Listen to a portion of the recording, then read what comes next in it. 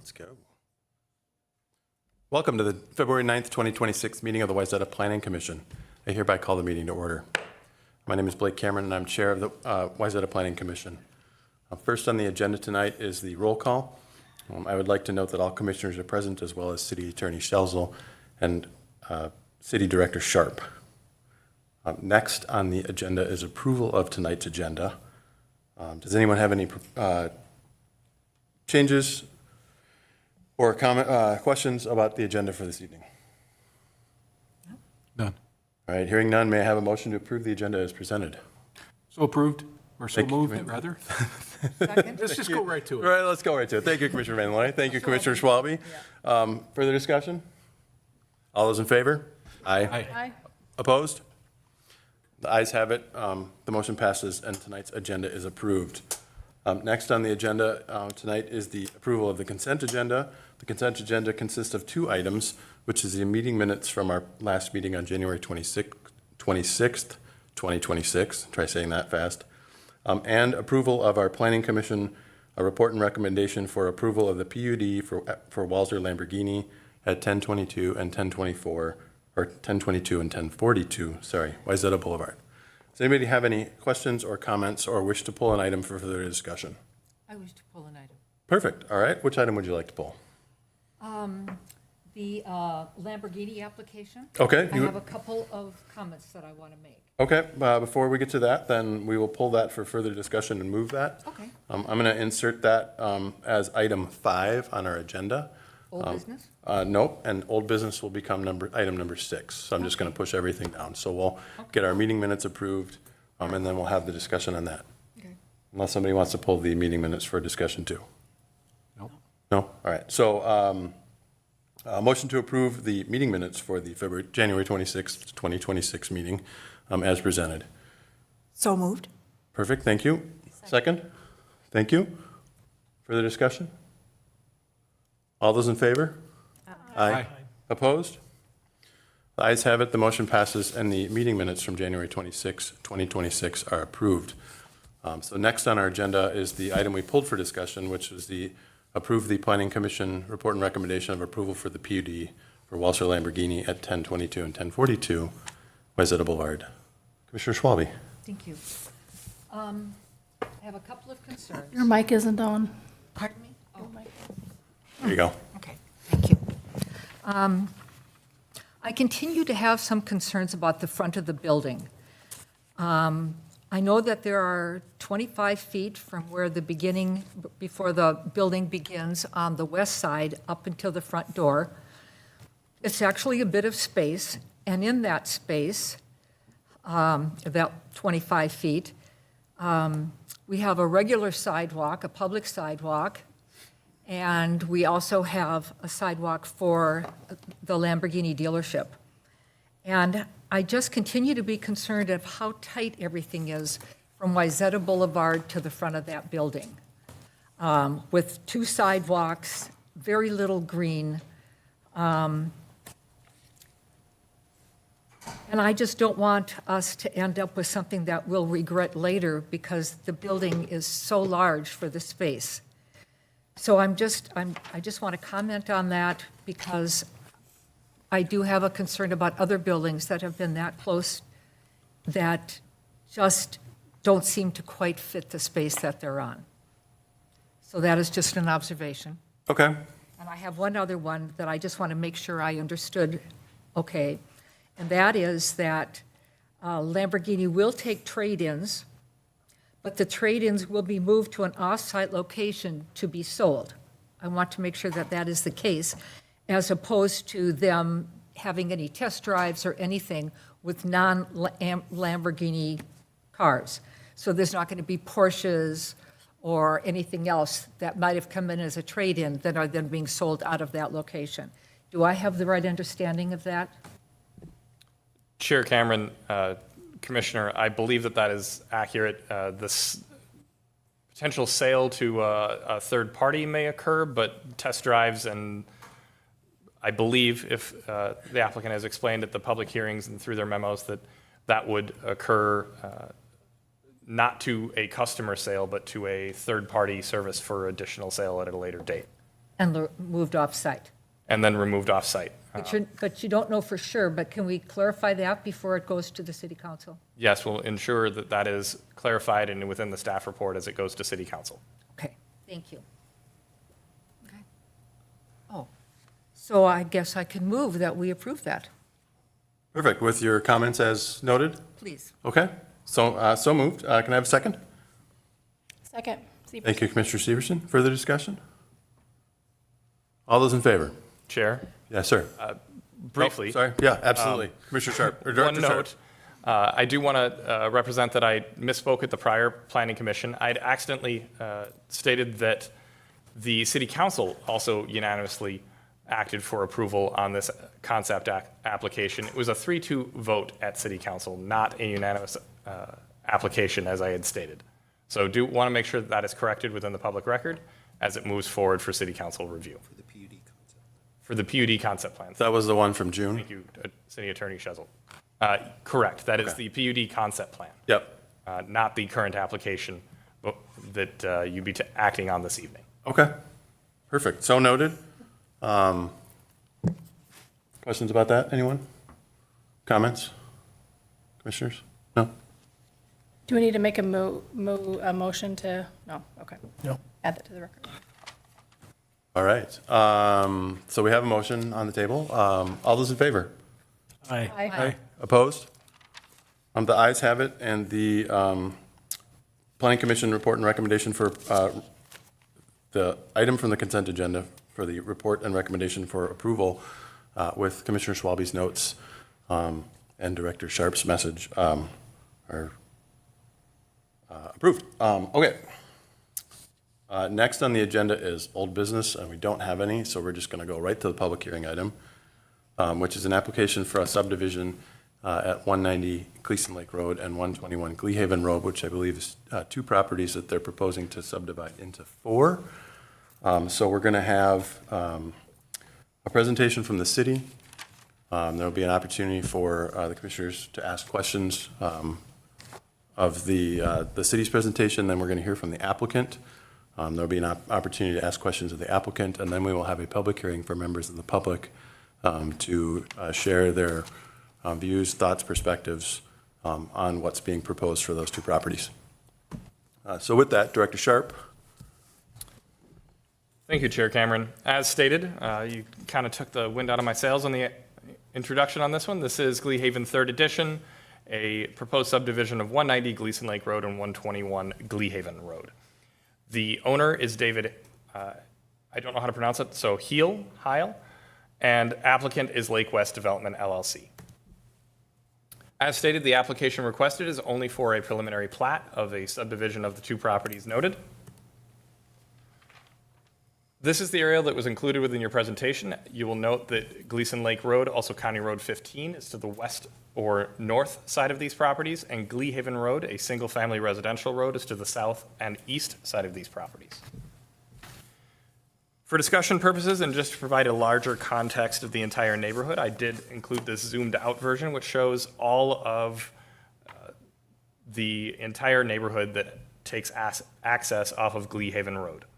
One thing I would note is that 121 Gleahaven Road takes access off of Gleahaven Road near the intersection of Gleason Lake Road. Then actually the southern property takes access directly off County Road 15 or Gleason Lake Road. The properties are guided for low-density residential, 1 to 3 units per acre, and they are zoned R3, single and 2-family residential district. As noted, there are 2 parcels as part of this application. Essentially, the application seeks to combine them through preliminary plat and then subdivide these 2 parcels into 4 separate lots. The existing conditions are as follows. The southern lot is 0.68 acres and 28,819 square feet, and the northern lot is 0.73 acres or 31,680 square feet. To provide the commission and the public with some general context, I did grab some photos from surrounding the neighborhood, or from the surrounding neighborhood. So, for example, the photo on the left side of the screen is taken from immediately east on Gleason Gleahaven Road, approximately where the driveway access is. You can see that just on the right side of the photo. And then additionally, there's a photo from Gleason, or from Gleahaven Road, looking essentially northwestward towards the side/rear of the home. For 121 Gleahaven Road, we have a similar photo on the left-hand side as what you saw on Gleahaven for the prior property, but then I've also provided an image of the access off of the county roadway as well. So you can see that its high points are within the middle of the property, and that access comes directly off of a county road. Part of the history of this application is also explaining some of the original subdivisions. And so this is the 1956 Gleahaven plat. You'll notice that it's spelt slightly differently than the Gleahaven Road. They were two different words, so you will note that notation throughout the staff report and through the presentation. In this instance, there's an exception that you'll note for the northeast side of the property. That was not included within the within the Gleahaven plat of 8 properties. Those properties were done at a later date. And then you'll see in my next slide that Lot 8 was subdivided at a later time as well. So going back to that exception, that was the Goodwin addition in the northeast corner, subdivided into 2 properties previously in 1983. And then in 2013, Gleahaven's second addition was the properties that I noted were Lot 8 on the prior plat. The proposed preliminary plat for this project seeks to subdivide the 2 properties into 4 lots. These 4 lots would come with new drainage utility easements around the perimeter and would have all of their access now off of Gleahaven versus any being able to access off of the county roadway.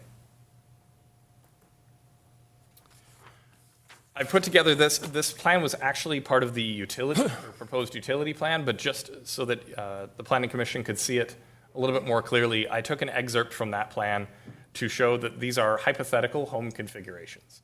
These are not the actual homes that may come forward. That would be decided by applicants or future homeowners as they bring their projects forward. These were put together for illustrative purposes by the applicant to demonstrate code compliance and what potential coverages and setbacks and tree coverage might be for the proposed lots.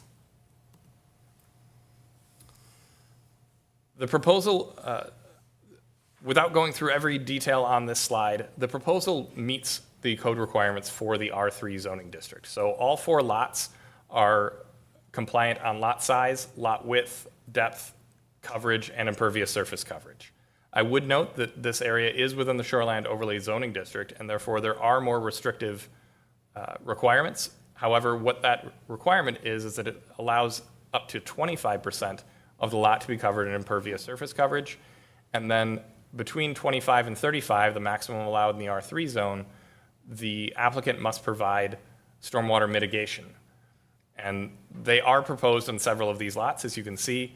There are several that go up around the 35% or around 30% at the maximum for some of the smaller lots proposed, principally Lot 2. Additionally, all future homes would be required to meet all setback requirements, or if unable to, would need to come in for a variance. However, upon review of the application with that illustrative plan, it appears that homes of sufficient size would be able to fit on the lot without any variances required. Got a little bit ahead of myself on the shoreline overlay zoning requirement on the last table, but this is the further detail that was included in your staff report, showing that the maximum in the shoreline overlay is 25%, and then the proposed lots are seeking stormwater mitigation for those that exceed that 25%, up to the 35% allowed by the R3 zoning district. Within the staff report was this table of a lot comparison and analysis. I've highlighted 2 of the properties just to call them out as the lots that were subdivided across the street on the eastern side of Gleahaven Road in 2013. So these were the latest subdivision within this neighborhood.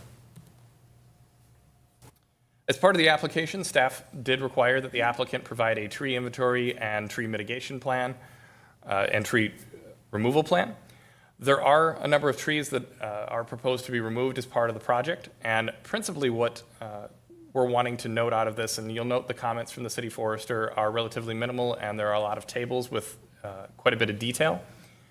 We do want to call out that because the trees are so centralized in what would be lots 2 and 3 on this plan, staff has recommended that we bring forward a plan, or that the applicant bring forward, and they presented one that spreads those trees out amongst all of the properties rather than centralizing them just on 2 of the lots. Traditionally, the practice has been to require it on the lots of where the trees are being removed, but in this instance, so that we don't have all the trees on some lots and then very few on others, we've worked with the applicant to propose a tree plan that would spread them out. You'll notice on the proposal plan, most of the trees are proposed either in the front yards along Gleahaven or along County Road 15, Gleason Road.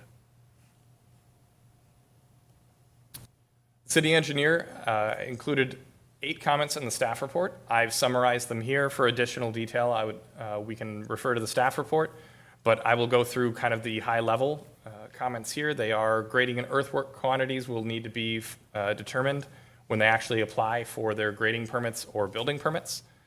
Most likely a land disturbance permit will be required despite a building permit because of the grades and preparation of the lot pads. Existing water services right now extend off of Gleason, and they will require a full disconnection at this time. The applicant is looking at ways to potentially work with our utilities department to determine the extent of which that may be necessary, but for the time being, they are requirements of code.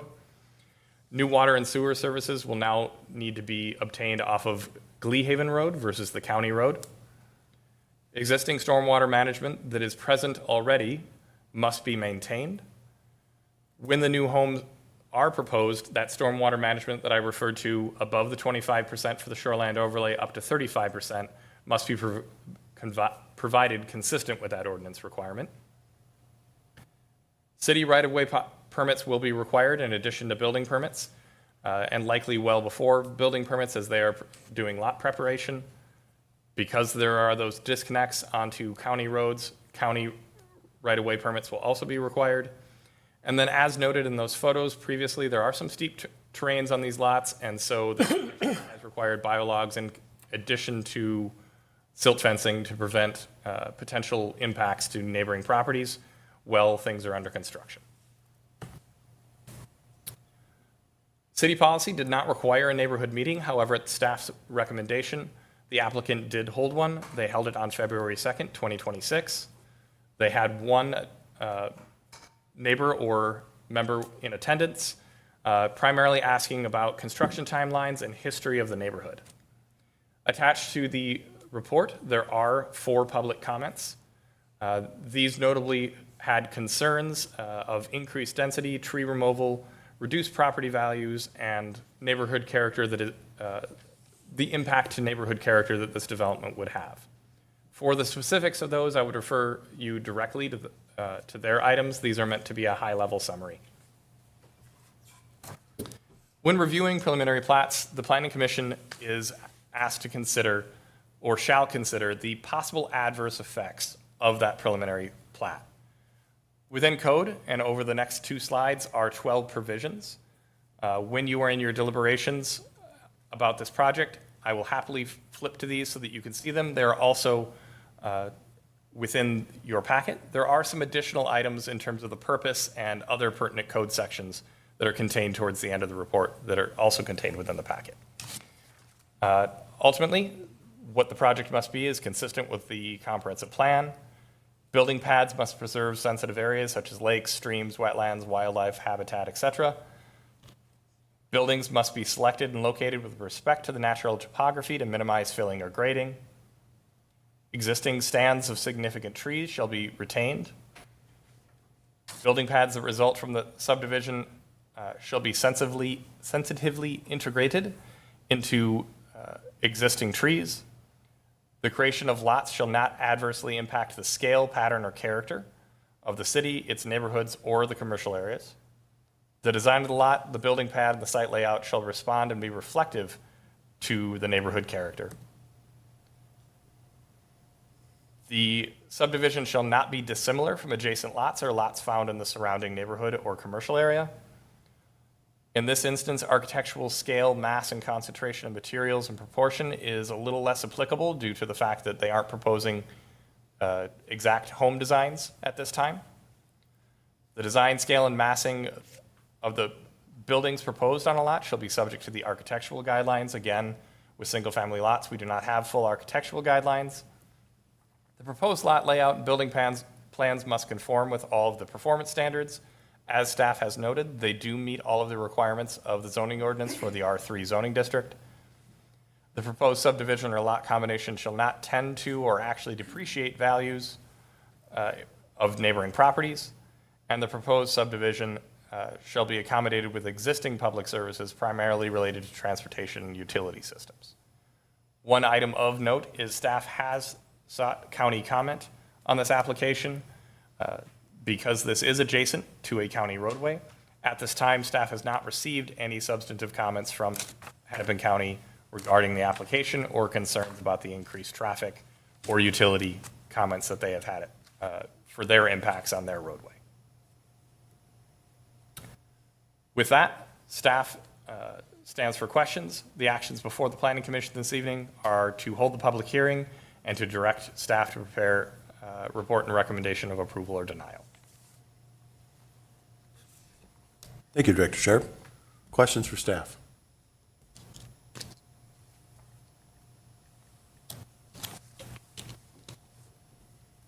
All right, well, I have a question for you. So you were talking about the shoreland overlay piece where their hardcover requirement is 25% versus code at 35%, right? And I think in the presentation, it said the applicant is gonna do something from an underground stormwater management. Is that what they're proposing? Chair Cameron, there's some existing underground stormwater management that needs to be maintained, and then there is additionally stormwater mitigation that will be required as part of this project. Yep. I would let the applicant explain a little bit further about what they may do and the timing of when that would occur. Okay, what that then gets them compliant with the requirements for the shoreline overlay? Correct. Okay, got it. So they don't need a variance? A variance is not sought, and at this time, no variance would be required. Okay. And then you popped it up real quick. The 2013 subdivision, what were the two lot sizes? You had them highlighted real quick, and I was going to note them. And Sorry, I went out of order. there we go. So 17.6 and 13.3.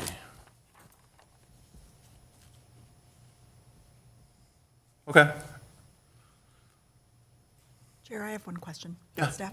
Absolutely. Your Director Sharp, you mentioned the tree plan. Is that a condition of this, or is it actually something that would be submitted or it's agreed upon? Chair Cameron, Commissioner Planton, we could make it a condition. Right now, it was illustrative to demonstrate that they could meet the ordinance. Okay, The large piece and the emphasis that I was placing was that we would spread those out because that's slightly differing from how we've done with past practice, and I want to make sure we're being transparent about doing that and the reason why staff is recommending it. If the Planning Commission has additional conditions, suggestions about a tree planting plan, we could certainly add those as conditions as part of your report and recommendation. okay, thank you. Anyone else? Commissioner Van Loy? I'm good. No, you're good? All right. Not yet? All right. Cool. All right. Thank you, Director Sharp. Nice job. So then next, we're going to invite the applicant to come up and give a presentation. And so if you would, please step to the podium and introduce yourself with your name and your address and who you're representing. Hi, good evening. Thank you for that presentation, Alex. My name's Kelsey Thompson. I'm the Development Director at Lake West Development. We are the applicant here tonight on this. And I might be repeating a little bit of what Alex already presented. You did a great job, but I will be brief. So On your screen is the zone, just an excerpt from the zoning map showing the neighborhood where in orange that's zoned R3. In the thank you. Also in the surrounding area, so the red squares and shapes, that's where the Lexus auto body shop is on the corner there. And then the brown, I think, is some twin homes or duplexes. And I just stated here that, the R3 purpose of the R3 district is for single-family and two-family residential district. It's to provide a district for high-density single-family dwelling units. So you can see the minimums for single-family are the 9,000 square foot areas, the width at 60 feet and the depth at 100. And then for a two-family unit or duplex, it would be the 18,000 square foot area and a couple other standards. We're also, like Alex mentioned, we're in the Shoreland Overlay District and this low density guidance of 1 to 3 units per acre, all of which we're meeting or exceeding. So I was going to tell you next slide, Alex, and there is some confusion because I think the one house that's actually accessed off of Gleason Lake Road is in fact, the address is Gleahaven, so I'm not sure why that is. But you can see here then that I've highlighted the two subject properties or I'll line them in red on the zoning map. And then you can see an aerial here from Hennepin County. So these historically have been rental homes. They've been rental homes for, I'm not really sure how long exactly. This is at 190 Gleason Lake Road and 121 Gleahaven Road. The overall property area is about 1.4 acres. And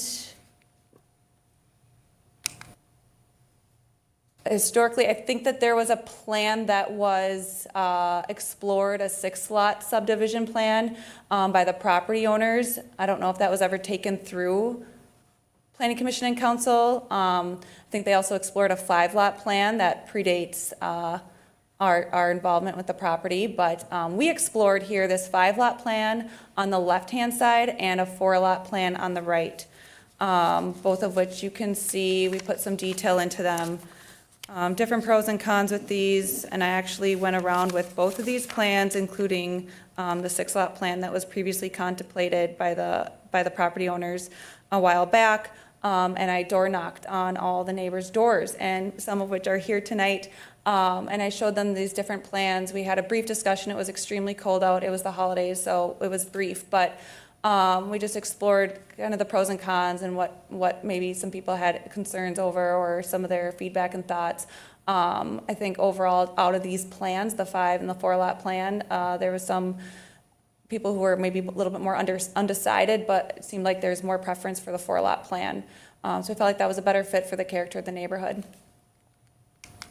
So we pursued the 4-lot plan, also with help with staff. And again, these are the neighbors that I got to meet with as I went around the neighborhood. Obviously, the 2 subject properties there on the corner, I didn't knock on their doors, but overall, what I heard from the neighbors was there was some preference for maybe more owner-occupied single-family over the rentals. I think historically, the house on the corner has been rented out as 2 units. There's kind of an apartment there, but I think it's labeled as a single-family home within Hennepin County. So it's really been, used as 2 units there. There was a preference for single-family over the multifamily. Of the plans shown, again, I mentioned this already, there was a preference for the 4-lot plan over the 5.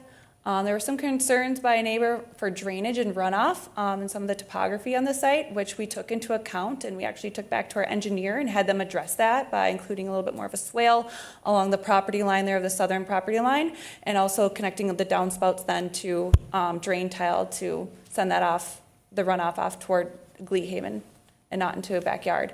There's also concern, so we'll actually be improving the existing conditions that are today for stormwater runoff with these plans.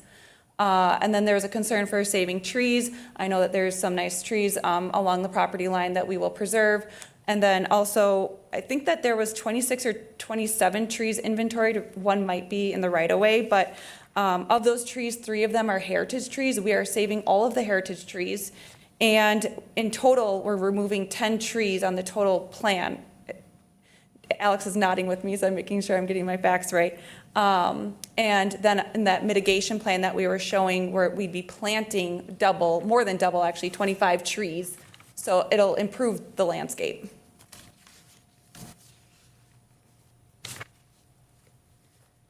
So here you have the 4-lot plan that we ended up moving forward with over the 5-lot plan. This is the same table you saw in the staff report showing the minimum requirements and where we're coming in at an average of like 15.3 for our square footage, far exceeding that 9,000 square foot minimum. And yes, the lot coverage, we will be, in the impervious service, will be meeting that requirement. If we exceed the 25%, we just need to make up for that by providing stormwater management. So we'll be treating the stormwater. And overall, again, the property area, 1.411 acres. We're coming at a density in at 2.8 units per acre. Across the street, when we were studying the character of the neighborhood, we looked to the most, well, we looked at the purpose of the R3 zoning district as well as this area. There are some, duplexes, multifamily, commercial surrounding this neighborhood, but also within the neighborhood, the R3 purpose, and looked to the most recent subdivision across the street. So you can see, again, this is outlined in red, and then you have the aerial from Hennepin County. So this was the most recent subdivision at 108 and 110 Gleahaven Road. So here's the same table that was from the staff report. I've highlighted both of those, 13.3 and the 17.6 square footages. So that's a total of just about 3/4 of an acre. So that's coming in at a density of about 2.8 as well. So we're basically coming at the same density.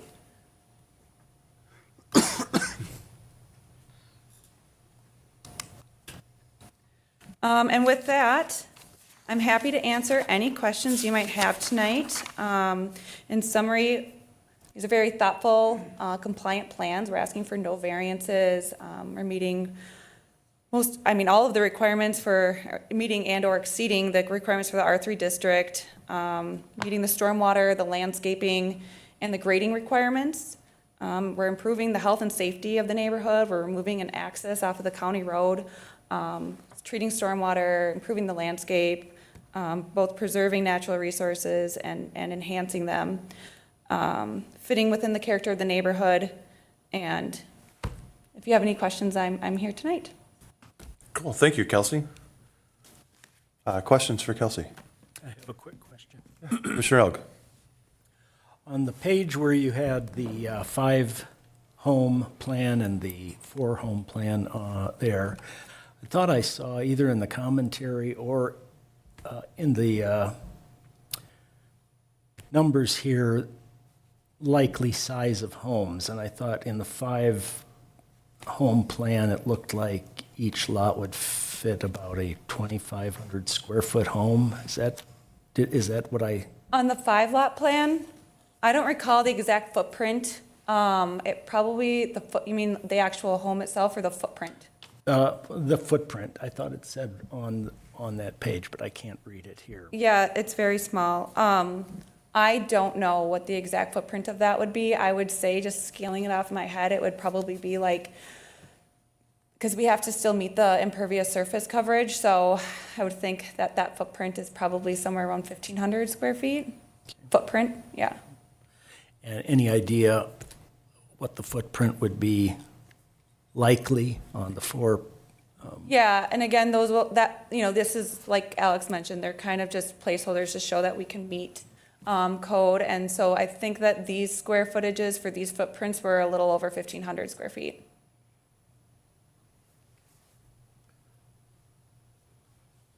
I have a Commissioner Manley? set of questions. Yeah, absolutely. Director Sharp, if you could go to page 70, this is the past application from 2017. Just going to use that as, so if you look at the application in 2017 that went in front of the city council, much of the points in the denial of that application were aligned with the general comprehensive plan as opposed to the code specifically. So I just was wondering if you've got points around whether the proposed view now addresses these points, specifically the building pads, alteration of topography. You talked a little bit about the trees, the size of the lots and compared to the lots of the surrounding neighborhood, and whatnot. So I just thought I would give you an opportunity to talk a little bit more about how that goes into the comprehensive plan as opposed to just the code. Definitely, thank you for that. I appreciate that. The comprehensive plan is a very important document. I know it took a lot of great minds to create that. And yes, I would say that most of my presentation was pointing to, addressing these issues outlined in the past application, and that the proposed building pads, I think, have a, enhance the neighborhood. And I haven't gone through these like bullet point by bullet point, but definitely in character with the neighborhood, especially considering the most recent subdivision. I think that one of the lots is about 13,000 square feet, and we're far exceeding that as well. And I think this past plan had proposed lot size was like 12,000 square feet. So I think that that's being addressed. Okay, thank you.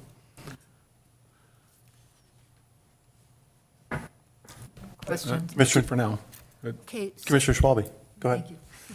So, given the shape of the lots, 4 of them fairly equal, and they're going to be within the side boundaries, I'm wondering, as they're going to be entered, all of them through Gleahaven, are you going to be able to recess those garage doors so that they don't stand out as prominently as they have in the past, in other construction in Wayzata? Sure. We haven't gotten there yet. We haven't started putting together, the design of the homes. So I can't speak to that quite yet. We're just kind of going through the, first step of getting the lots, approved. But definitely. Just curious because of how narrow they are, that you could actually do a garage, attached garage. Oh, yes, we'll have 3, our plan is to have, these are showing 3-car garages on the plans. Okay, and all 3 garage doors face the street? Yeah, we haven't, there could be a potential plan that, we haven't explored that, of, you're talking about side-loaded garages. Yeah, we haven't explored footprint of a side-loaded garage, so I just can't speak to that. Thank you. Chair Cameron, Commissioner Schwalbe, if I may. Absolutely. So in 2025, the city adopted an ordinance for the R3A zoning district requiring that garages have an additional 5-foot setback to specifically address the concern of front-loading garages and that appearance of how that can look on a home. However, this is the R3 zoning district, which that amendment did not apply to. So it was an exploratory review by the city to see how effective that requirement would be. In 2025, to my knowledge, we've received 2 building permits that would apply for that garage setback, potentially a third that hasn't received its building permit yet. Both of those have been able to, in the R3A zoning district, push that garage 5 foot further back than the home. So to better explain it perhaps, the home setback is 30 feet, the garage setback is 35. And that specifically pushes that garage slightly further away. This was our first year of 2025 evaluating it. At the time that it was adopted, City Council wanted to see how the development functioned, whether that and how that played out with our development. 2 to 3 lots I haven't brought forward to City Council yet to determine whether they'd like to amend that zoning ordinance to apply to additional districts such as the R3. So something that could be evaluated but not in place currently. So did you say that that did not apply to the R3 area? Correct. It applies to R3A, not R3, which these properties are zoned. Thank you. And that's just setback from street, right? Setback from property line, but Property line? Yep. correct. Commissioner Severson. Thank you. I have a question, I think both for Director Sharp and then for the applicant. So are we looking at, these are specific lots that they're going to be redrawing? Or is it just the concept of taking these 2 lots and making them 4? Chair, if I may, this is a preliminary plat application that the Planning Commission is reviewing. So where the commission's responsibility is on a preliminary plat is to review those 12 provisions and then make their recommendation, and the city council would ultimately act. That sets up the future action of a final plat, which would only go forward to city council. So this is not a concept plan in nature. This is a formal action on a subdivision. So the actual action of subdivision occurs through a preliminary plat, not through a final plat. Okay, so, so we're not determining what the lot lines are going to be, we're just determining whether or not going from 2 to 4 is reasonable? You're shaking your head no. No. Chair, Commissioner, sorry to break in here, but since you're catching my no, no, this is an actual plat of a subdivision. So these are the actual lines for these 4 properties. So it's like Director Sharp said, it's not conceptual, going from 4 to 2. It's this particular These exact ones. plat, right? And for clarity on that, really what we're talking about is the thick black lines that are on this, right? Everything else is illustrative in terms of, it looks like they've got setbacks. Yeah, I mean, it's difficult to determine. Yeah, this is a better illustration Yep. of the 4 lots. Some of the lines, like representing setbacks, are also very true, if you Yep. will. But this doesn't have the footprint, because that footprint building pad could move around, and as long as it's within the setbacks, and as Director Sharp and the applicant have said, those homes that we saw depicted in an earlier slide are for illustrative purposes. Right, okay. And so then if they, once they have the lines are drawn and then they sell the plats, they come back to us only if a variance is going to be needed for those particular homes, right? Correct. Okay. The applicant would need building permits to build the property. Those would be reviewed by our building official and staff. If no variances or other adjustments are needed or further entitlements, then they would proceed with building. Thank you. Now I have questions for the applicant. One other brief note, Chair. On this, the setbacks are present, the property lines are present, those are the solid black lines. The setbacks are the dashed red and blue lines, and then there's dashed black lines that are the new drainage utility easements that are a standard condition around each new lot. Got it, okay. Thank you very much. Thank you, Director Sharp. Commissioner Severson has a question for the applicant. Yes, okay, so I'm curious, it looks like today there is a driveway that goes out onto Gleason Lake Road. I'm curious why you went with 4 very skinny, long, narrow lots versus breaking them in half differently and having them go opposite, 2 to Gleahaven and 2 to Gleason Lake. Want to maybe explain how you got to these lot sizes here? Yeah, that's a great question. I think having access out to the county road, I mean, if you haven't had a chance to drive by yet, it just isn't it's a quick turnoff into the neighborhood. I think it just makes a much better, livable area to have access off of a cul-de-sac and feel more a part of the neighborhood. It's a great neighborhood with great neighbors. And so this lot layout just felt like it was a better and fit with the character of the neighborhood, and just having all the driveways be accessed off of Gleahaven, which just seemed much safer for the neighborhood as well, and for these residents, future residents. Okay. And just to piggyback off of, I think a variance was brought up, and if I could just address one of your former questions, I do have this now in front of me, the staff report, so it's a little bit bigger for my eyes to see those different points that you were referencing earlier. I do think, and Alex, correct me if I'm wrong, I think that application that was denied did come forth with variances. Do you recall? Chair, Kelsey, I'm not familiar with whether that came forward with variances or not. I believe that the application didn't include a comprehensive plan amendment. It was just for a preliminary plat. Sure. So I do think there were maybe some variances involved with that former application as well, which we've addressed all these points. I have some checked boxes by them, and I can confidently say that we have addressed all these items on the previous application.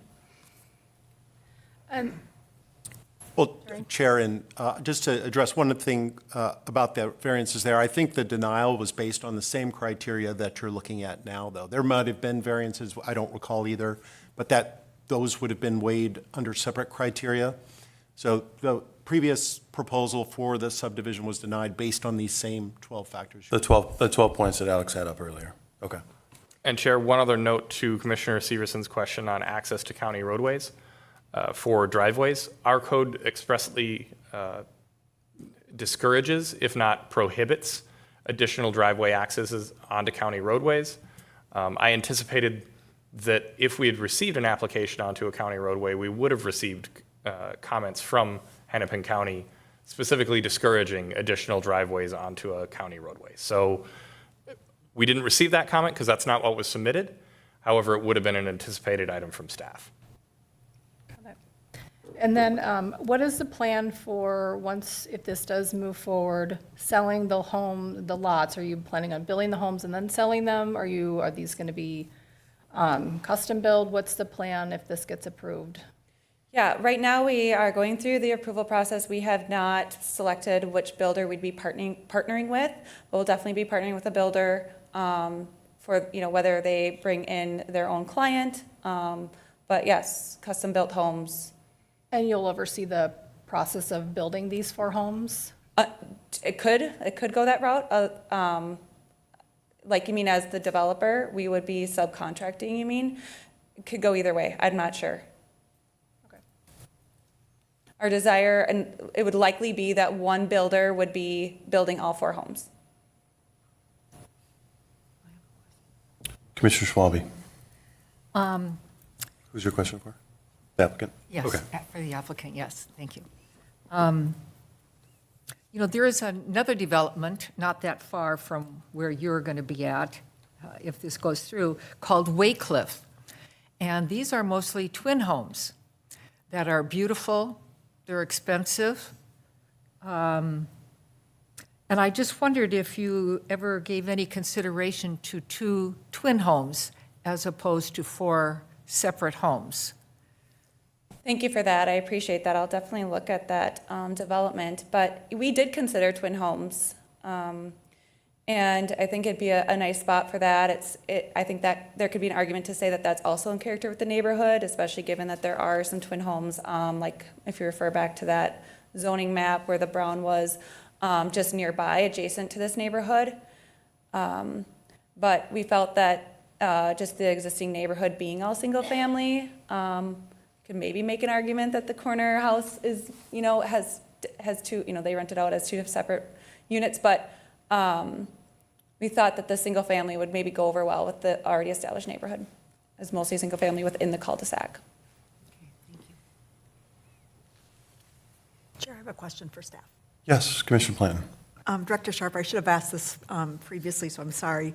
Do you have the width of the lots as they were changed in 2014? So would it be lot, that block 1 that changed across the street? Yes. Do you have, okay, 90 and 79. Okay, thank you. Let's see what I wanted to see how it related to the proposed lots. Anyone else? Chair, if I may, based on the definition of where lot width is taken from, you're grabbing from the rear right now off the figures that you'd noted. It would be taken at the setback line from the front. Oh. So 30 feet back from the front property line. Okay. So 62 plus 60.99 for lot 2 and presumably around that 123 for lot 1. Thank you.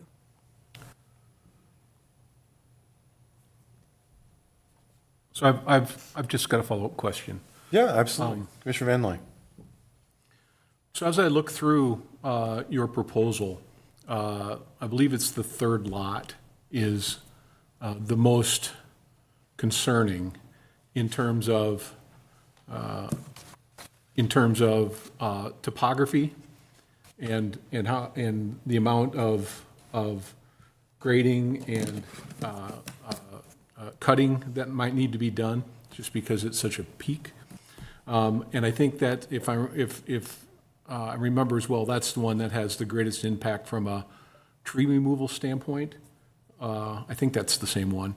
I was just wondering if you have any comments in terms of of the significance of that topography and how it might, how you looked at it as you're determined where the lot lines were going to be. Yeah, I appreciate that. Great question.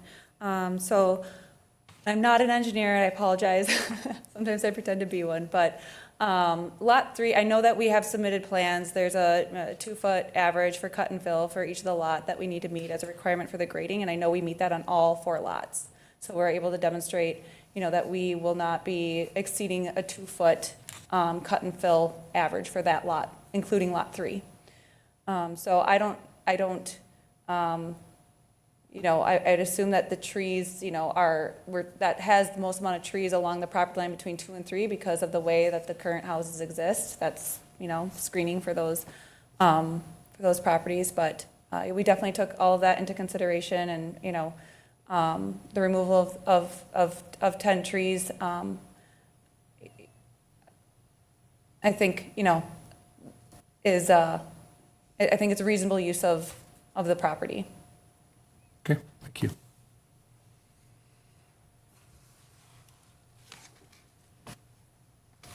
Anyone else? All right. Thank you, Kelsey. Really appreciate it. Thank you so much. So now, I'd like to turn us to the public hearing portion of our meeting. So the public hearing is really a time for members of the public to come forward or online and share their thoughts on the proposed development or proposed changes here. So if you'd like to speak, please come forward to the podium, state your name and address for the record, and let us know if you're connected to the applicant or anyone else in any way. So with that said, I will now open the public hearing.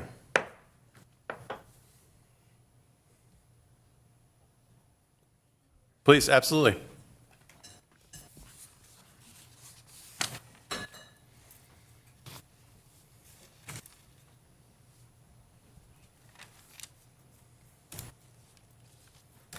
Hello, my name is Kathy Dasgupta. That's D-A-S-G-U-P-T-A, the owner of 110 Gleahaven Road, which is the home, the lot that's been discussed quite a bit. It's the 13,000 square foot lot. Full disclosure, we're selling our home. And so you might ask, why would I care then? Because we're actually leaving, we're moving to South Carolina. But I do care because I really care about our neighbors, and I really care about our little street, and it's been a wonderful home for us. So that's why I chose to attend this evening, even though we're making our way to another part of the country. A couple of notes that I took. Regarding the neighborhood meeting, I received a letter about the neighborhood meeting the day of the meeting. That is the day it appeared in my mailbox. So there was no chance to come to that meeting. I opened my mail at 5:45 that night, and the meeting was at 6:15. So that's why I wasn't here that evening. I was looking at the criteria for approving a plat. A couple of points. Point 6 and point 12 are the two that I want to refer to. Point 6 is regarding character and architecture. It's been mentioned that the homes will have 3-car garages. So that tells me some thought has already been put into these homes and what their eventual design will be. I'm currently building a home in a large subdivision in South Carolina, so I'm pretty familiar with how subdivisions work and how there are requirements about elevations and colors and to keep some variety. But if these homes already are determined to have 3-car garages, all 4 of them, that's concerning to me because that indicates to me that these are going to be very similar homes and architecturally likely very similar. That's a concern for Gleahaven Road because all of our homes are different. We have an extraordinary contemporary home. We have my home that is a craftsman style. The house that is next to me is an authentic and restored mid-century modern. Our homes are really unique, and that is part of the character of our neighborhood and why I bought my home in that neighborhood, because I loved that everything was different. And of course, all of our beautiful trees. So I do have concerns about it affecting the character and the architecture of, and the feel of our little tiny dead-end cul-de-sac. Point 12 was about depreciating the value. I can speak to the real-time impact of depreciating the value of my home. When we met with our realtor, he quoted a price of $1.495 million for my home. That is what we were going to put it on the market for. We then had a broker open house only for the brokers from his particular agency, that is Coldwell Banker. We had about 20 brokers come through. Most of them mentioned what's going on the corner. There's a big sign there about a proposed development. And I had told my realtor, Scott Stebeck, I had told him what was going on. I had told him that I had spoken to the developer because she did come to our door. And I was one of the people who said, oh my gosh, don't put more than 4. I mean, how many houses are you going to cram in there? So I discussed it with my realtor. I told him I was coming to this meeting tonight. He said, please keep me abreast of this. It was a concern of the other brokers who came through from Coldwell Banker, and in the end, my house was listed for $1.395 million. So I've lost $100,000 in value just after seeing that sign go up. So that is an actual real dollar impact that I can tell you happened this week. Traffic, congestion. If 4 houses are going to go in there, that is, I would estimate 8 to 12 cars because we're talking about 3-car garages. So I think 8 to 12 is a reasonable number. That's going to add 8 to 12 cars dumping onto Gleahaven Road. I don't know how many of you folks have been on Gleahaven Road, but it's a little tiny road. And those cars are going to be dumping out onto Gleahaven very close to the intersection with Gleason Lake. Right there is where the children get on the bus. I don't have children in the schools. My children are grown and married and gone. But I do see, because I sit in my front room and I see the kids go and wait for the bus in the morning. So I have concerns about safety issues for the children in the neighborhood who wait for the bus there. The increase in traffic of 8 to 12 cars on rush hour dumping out right into the corner of our road.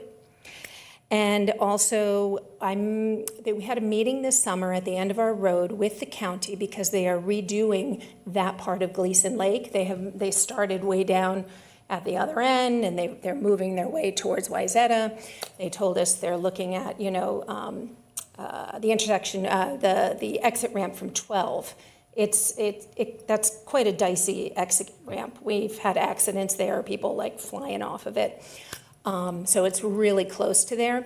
The county is taking that into consideration. They're also taking into consideration, we have kind of a hump. So when you're coming out of Gleahaven and you look left, the sight line is not fantastic. I know they're looking at doing the sidewalks. That's unrelated. I'm just really happy that they're going to do that. But that's a pretty big increase in traffic and traffic patterns on that road. And I don't know if the county has taken into consideration 4 more houses right in that corner, right where they're going to be redoing the road. So I think that's a further consideration. So just in summary, I would take issue with both points number 6 and number 12 in approving a plat. And also I have traffic concerns. And like I said, I'm leaving. We're moving. But I care very deeply about my neighbors and the warm welcome we've had there. We've loved living in Wayzata. It's been fantastic. And I would hate to see the character of that street change. And also in terms of sizes of homes, I realize I have a very small lot, 13,000, but make no mistake, it is a significant home. It's 5,200 square feet. It's pretty high value. And if you put 4 identical homes across the street from me, because my front room, I see the current 2-family house, which by the way is stunningly beautiful when it snows. It's a great view. You're gonna further depreciate the value of these homes. I've already experienced that, and I would really hate for it to happen to my neighbors if they need to move too. So thank you very much. I appreciate your time. Thank you, Kathy.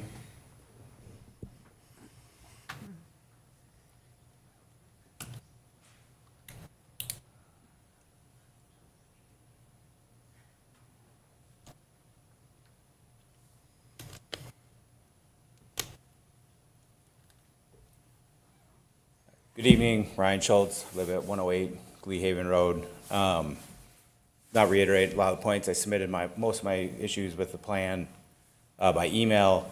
Just a couple of notes that probably have not been mentioned. First, the 2013 variance that ended up being the lot that we bought and built our home on, there was one house on that lot. That house also was a meth house that had to be torn down and could not be remediated. So there was already a reason to do something with the lot, whether to split it in two or one, but that house had to be torn down. That's not the case here. These houses are fine as far as I'm aware. The other is the Gleahaven Road, you can see it on the maps, it's got a curvature. And so even just like parking in general on that street is really difficult. And now you're gonna add 4 homes. People are gonna have friends, family over for the holidays. That road is not very, I'm sure it's code for width, but because of the curvature, it really does impact your ability even just to get around, so if there are cars parked on the street. So if you add 4 homes, 4 more families, 4 more Thanksgivings, traffic just to even get around there is hard. I do have kids in the school, 6th and 8th grade. While I would like, the idea of them having more people and potentially other kids in the neighborhood, great. This is too much for me. I do worry my kids do take the bus and walk down that street, and additional traffic with more homes would be a concern as they continue to go to the Wayzata schools. And then the last point that I would just make is in the 2013 variance, I have 2 points, sorry. So in the 2013 variance, that one was not opposed by any of the neighbors. Our builder had gone around, gotten approval from all the neighbors for that subdivision of the lot and went forward with it.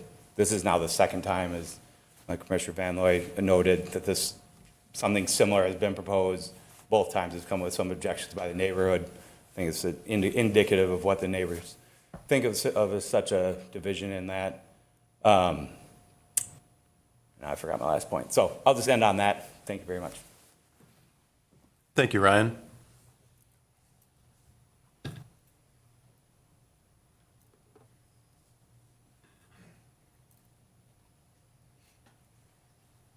Hi, Michelle Schultz, 108 Gleahaven Road. So Ryan is my husband, and I have a few other points I'd like to make as well that are important to me in looking at this subdivision.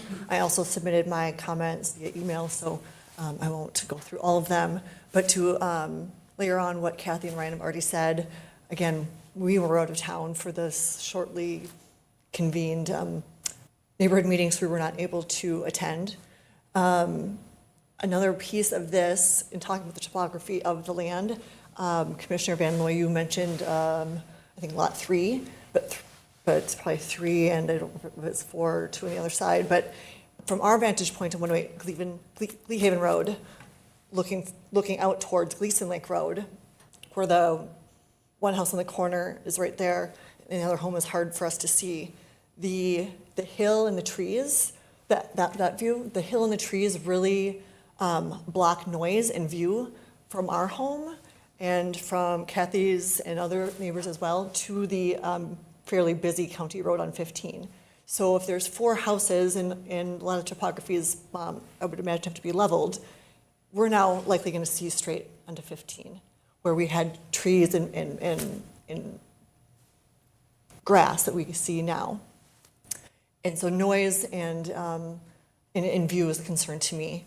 In addition to the 4 additional homes, we've had kids go through all the school district, and we're still taking the bus. And my son and daughter wait on the corner, and it can be kind of dangerous coming around the curve of the road. In addition, I want to address the rental property issue. So Ryan and I have been at our house since May of 15, so almost 11 years. Those were owner-occupied homes until I think about COVID time, 2020. So they have not been rental for long. The small apartment, there's often turnover there. We haven't seen any, we've had no issues.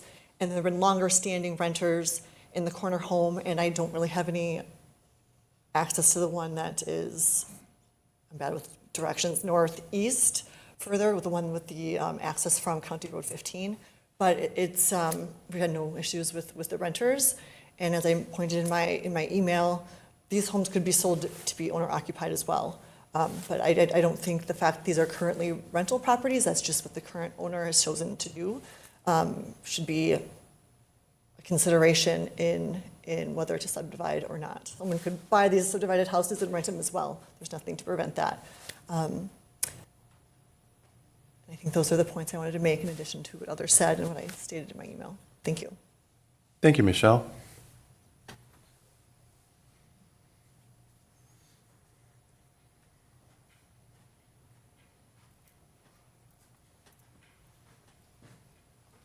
Good evening, folks. Dan Poss, 133 Gleahaven Road. And I'm here to try to better understand what the commission does in different communities. And, you know, our neighborhood, I don't know if has anybody driven, show of hands, through the neighborhood of the block? Nice to see. Appreciate it. You can kind of tell it's a little unique in that cul-de-sac is about 6 acres. Out of all those homes, and that in the beginning it was 10 homes before the last two folks came up in that subdivision, but it was 6 acres amongst 10 homes. And so that's 0.6 of an acre on average to take those 10 homes. My math is correct. And so now we're talking, so that's about 27,000 square feet. I'm rounding up, of course, for easy math. And I hear different things as to what an R3 single family and 2-family residential area is. 9,000 square feet you can go down to if it meets certain criteria. So we have an area where the average is 0.6 of an acre, 27,000 square feet. How did it get to be an R3? And in this area, the packet from the developer says high-density single-family dwelling units. So if I take 6 acres, that could be 30 homes could go in that area, when it was 10 before 2013 or whatever that first subdivision was. I'm just trying to understand, how did it get to this point? For over half a century, the block has been 0.6 of an acre, 27,000 square feet roughly. And through whatever reasons, now we're talking about it could be 30 homes on this block. Does anybody know why it's zoned the way that it is? I think that history is important. If you lived there, I've been there 26, going on 27 years now. And I'm wondering, why is a city allowing this? Because it doesn't fit into a certain size, or a certain zone, I should say, versus for its size. Well, I think we can all agree in a residential acre that 0.6 acres average for the 10 homes is kind of unique. And somehow the city of Wayzata planning people could allow 30 homes in there. What am I missing? Show of hands if I'm missing something. Staff, somebody. How did it get to that point? Precedence for over half a century has been 0.6 of an acre. And then so now, because we opened up the Pandora's box with 108 and 110, sorry folks, but hope you understand what I'm saying, we're all saying the same thing. Why such a drastic change? No one can answer that question from the city. So as somebody that's been there 26 years, also, everything fits code, code this and code that, and R3, and low density and high density, I'm hearing, both. Seems really mixed up. The other thing that we don't look at, we look at this, even this conversation today, is everything's two-dimensional. There's three-dimensional. This whole 10-home area, 6 acres, was ramblers. Pretty simple, one-level ramblers. I see what's going to happen. It's going to get ravaged into what I've been seeing in Wayzata, because no one's stopping and looking what the precedence was. Not precedent doesn't rule, but it should matter, I think. For folks that have lived here for quite some time, and we have transient politicians coming and going, like a cup of coffee. Well, we're here for a while. And I just want to understand how it gets to this point after this many years. No one can answer that. I would like an answer for the folks that we hired to represent us. Anybody have any answers or know, anybody have any idea what it is? Why it's R3, high density, low density? We're hearing two things tonight. We all heard that. It just doesn't make any, and I just want to understand where I live and why it's that way. So I was talking about two-dimensional. The other thing is, again, ramblers. I am at 133, if everybody can see, I'm the a home that's adjacent. Between my house, high point, I think the high point to the property next to me, it's 6 feet difference in height. It's pretty significant when you start developing now a two-story home. You know, the term McMansion next to you, because we're trying to fit more square footage on a smaller print. I have a feeling that's probably what's going to happen. So, you know, we opened it up to, in 2013, I believe it was, to subdivide that one parcel into two. So now, I guess the whole area is going to be that. Hopefully this doesn't turn out to be, I'm making an exaggeration to make a point to how it's zoned, but 30 homes in that area is ridiculous. Could be that, though, under the rules. So I hope you keep that into consideration. A lot of us folks have lived there a long time. We appreciated the uniqueness of the neighborhood. Even the newer folks that live there appreciate it. And I would like, at some point, somebody to tell me why it's R3 high density. Thank you. Thank you, Dan.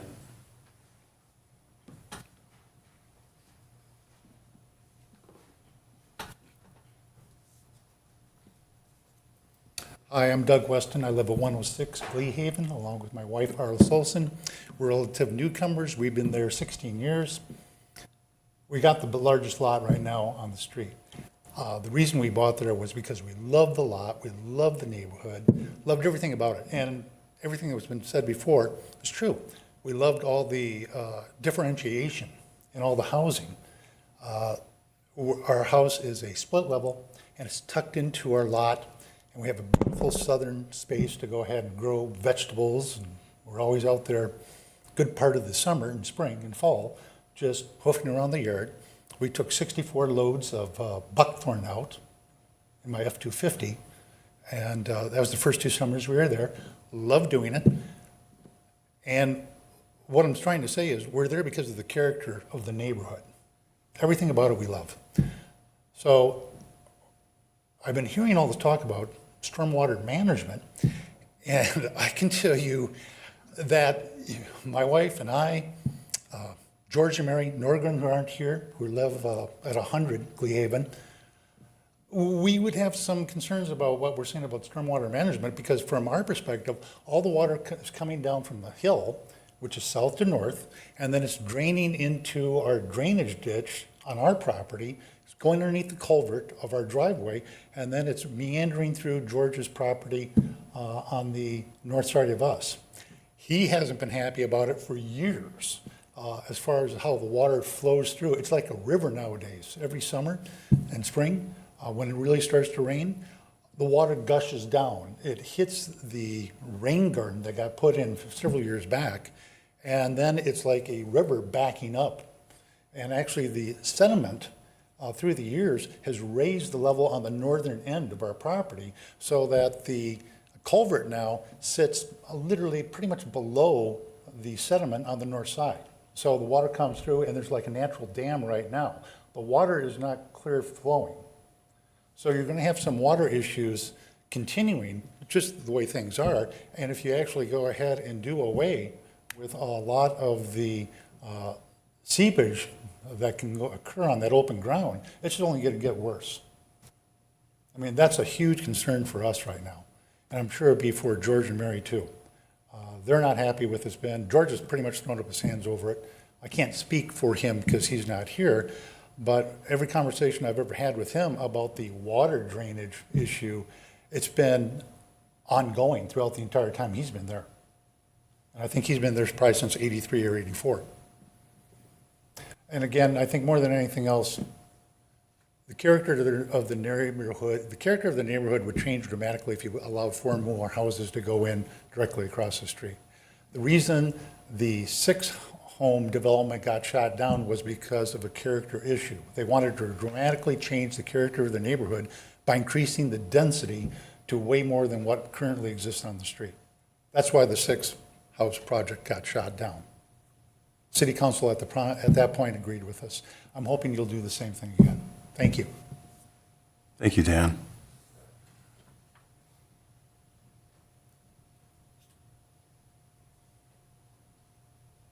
Director Sharp, do we have anybody online with comments? Chair, there is nobody at this time. Thank you.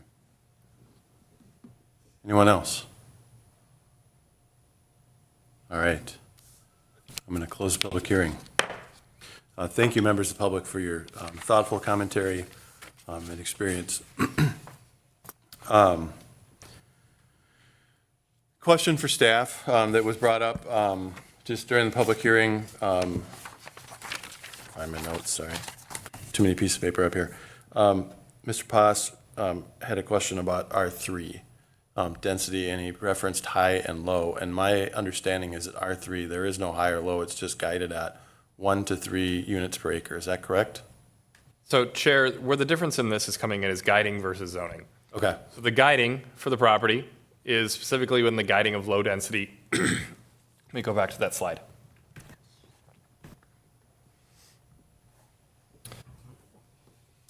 The guiding sets the zoning. So the way that comprehensive guiding works within the city and all cities is the city sets different guides that then set the maximum densities that are allowed within those zones.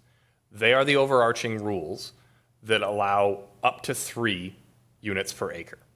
Within that, the city may select numerous different zoning districts that then must reflect that guiding. So it could be R3, it could be R3A, and they may allow for smaller lots. Those could then go into central core residential, as much of R3 and R3A does.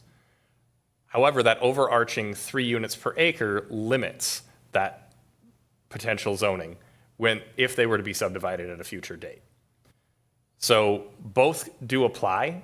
The zoning district is the more nuanced and detailed version that reflects the on-the-ground of what a comprehensive guiding does. Okay.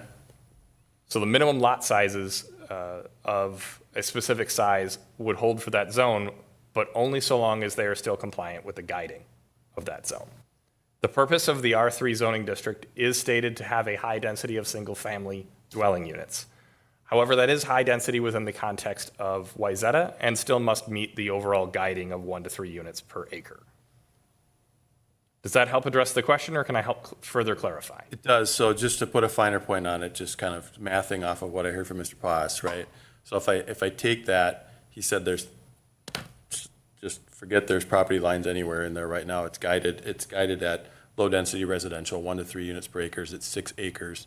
So it would be guided for 6 to 18 houses on that 6-acre parcel in total.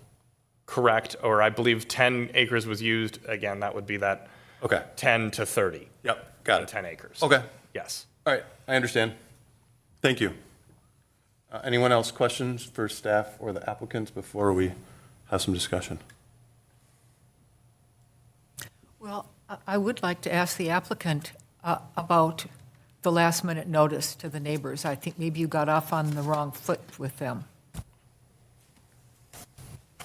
Thank you, Chair, and thank you, Commissioner Schwalbe. Yes, I do apologize about that. And I wanted to come back up here to speak to that because as Mr. Sharp noted, a neighborhood meeting was not required. I did, so that's why I went around to the neighbors and knocked on all of your doors, and I apologize, I missed some of you, of course. I tried a couple different dates, and then it was later recommended from staff that we, they said you don't have to hold one, but if you'd like to, we recommend hosting a neighborhood meeting. That there's a process to that. I had to check, City Hall when there was an opening here. I couldn't get in Tuesday because of the caucus. Anyway, so it ended up being Monday. I got the mailers I got the notices in the mail as soon as I could. On that Thursday, I, asked the couple that came, Mr. and Mrs. Paas. They said they got it, I think, on Saturday. So I do apologize for the short notice. I had short notice. And I really wish I could have had you all here because I got a babysitter for that to be there. And and it would have been more productive to have everybody here. So that was not an intentional, mishap by any means. And I just want to mention, I hear everyone's concerns, and I appreciate you all caring so much about this neighborhood. And I heard a lot of, 4 new lots are coming in here. It's just 2 more. There's already 2 existing homes here, so it'll just be 2 additional homes. And the 3-car garage comment, we were just showing that on the plan that it's possible to do a 3-car garage. That is not the end all be all, like every home that it does look cookie cutter when you look at that footprint, but that is just showing just shapes to show that how we can calculate from an engineering perspective. These homes will be custom, they will be beautiful, you'll love these neighbors, you'll have other kids to hopefully play with in the neighborhood, more people to help out with the bus stop and that. So I really hope that this is a celebrated development and a welcoming neighborhood to future residents here. And there will be park dedication fees. Some other just benefits to this project is that there will be park dedication fees that will be going to the city for the 2 additional homes here. And the only reason I mentioned rentals was just that was kind of some of the language I was hearing just from, I was just recapping what I heard from the neighbors when communicating when I was door knocking. And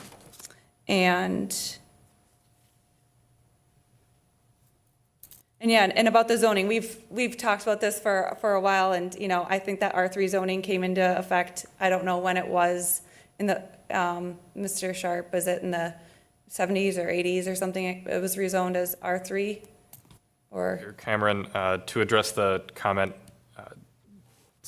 staff research finds that in 1971 the properties were zoned R2. In 1980 they were zoned R3. It's unclear at what date during that time frame they may have been rezoned, if that was separate from a comprehensive plan or when that exact action may have taken place. So it's been a while. At least since 1980, potentially sometime before that as well. Okay.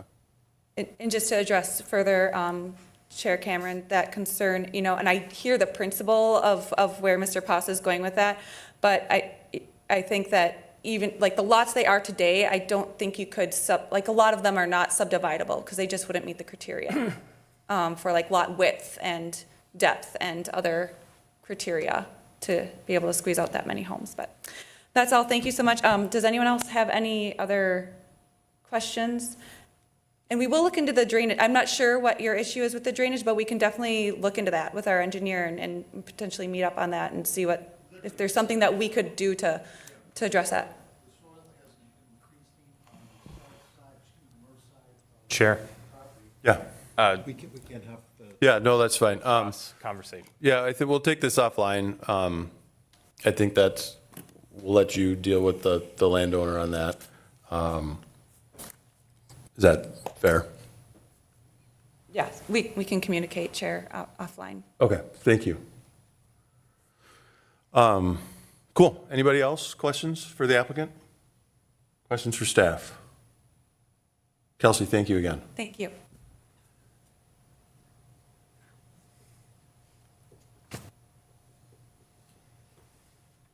Thoughts? Well, I have a first thought. I may have more later. All right, Commissioner Schwalbe. One of the. Can you turn on your mic? I'm sorry. It's on. It is, okay. Okay. We'll let just me get- we'll push it closer to her. Yeah, thank you. Usually I talk so loud, they tell me to be quiet. Well, I just want to talk about the couple times I drove through the neighborhood.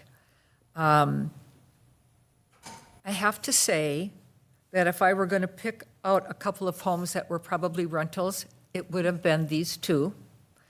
I don't know how old they are. I don't know what they're like on the inside. But from a maintenance point of view, they look like they're not carefully taken care of.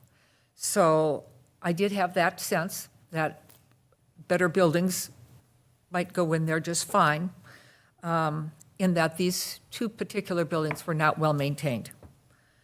I noticed it's a beautiful neighborhood. I liked all of it, really, except those two. And in my opinion, I thought that building something new there would be a definite benefit to the neighborhood, that it would look more beautiful as long as we could maintain the trees and the brightness. And like Kelsey said, it is 2 new homes. It's not 4. It's 2 new homes, which is far less than 15 cars a day.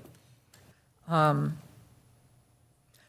at this point, I just wanted to say, I thought that it would be an advantage to the community as a whole to have new construction there.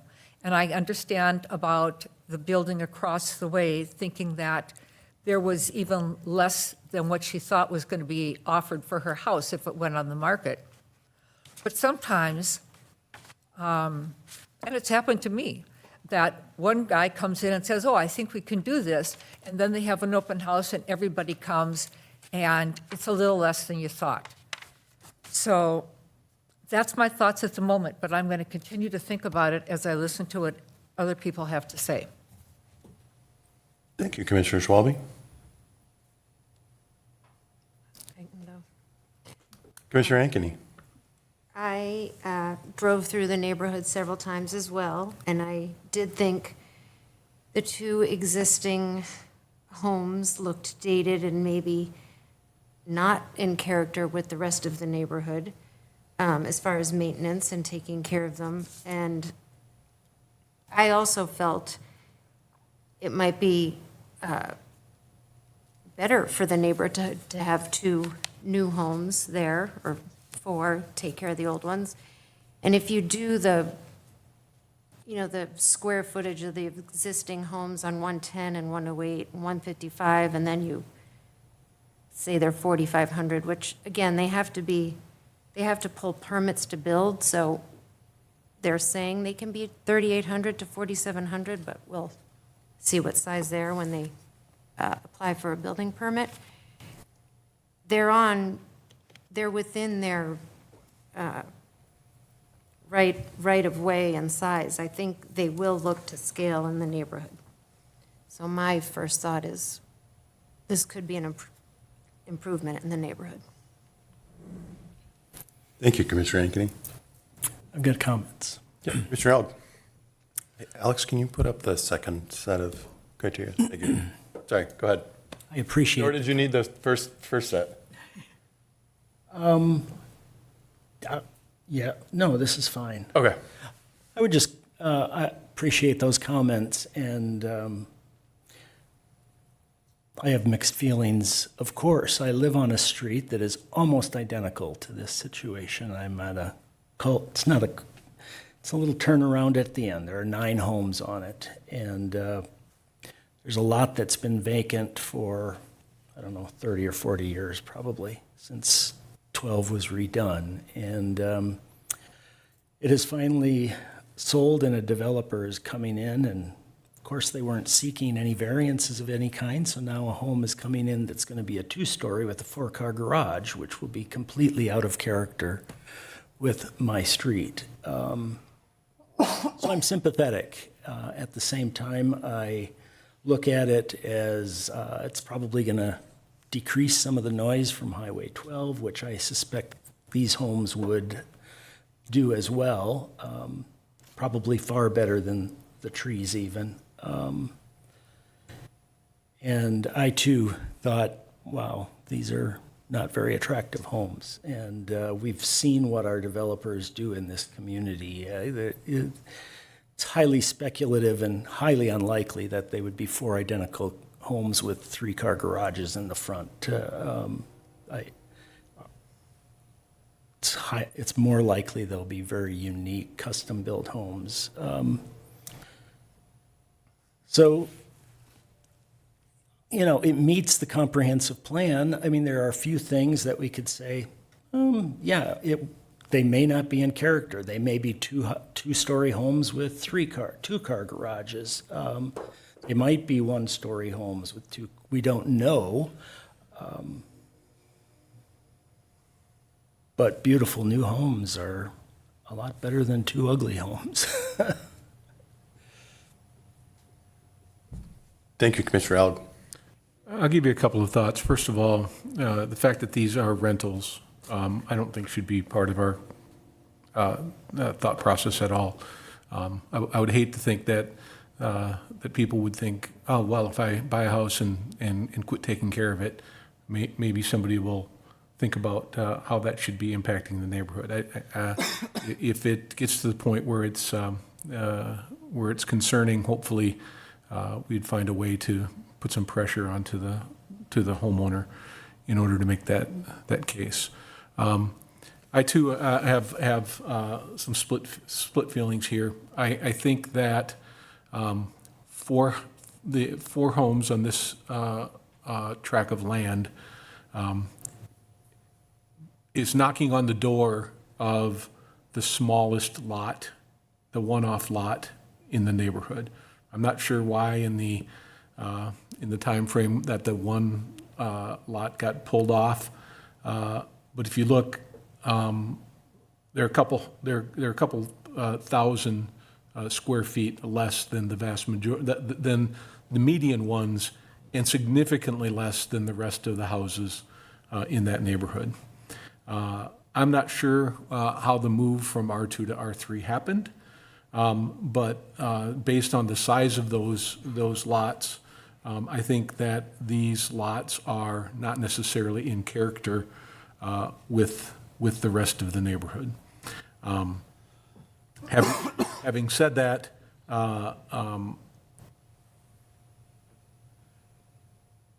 change is hard, and I'm not sure that the change would necessarily be bad. But I do think that the lot sizes are significantly different than the vast majority of the lots that are in that neighborhood.